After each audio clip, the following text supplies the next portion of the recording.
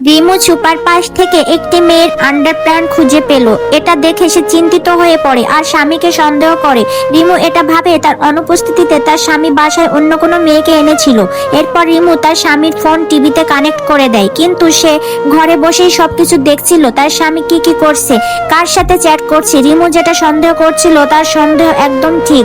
হঠাৎ করে রিমুর স্বামী যখন ঘরে আসে তখনই রিমু টিভিটা বন্ধ করে দেয়। রিমুর মন খারাপ দেখে যখন তার স্বামী জিজ্ঞেস করে কি হয়েছে তোমার, ঠিক তখনই রিমু বমি করে।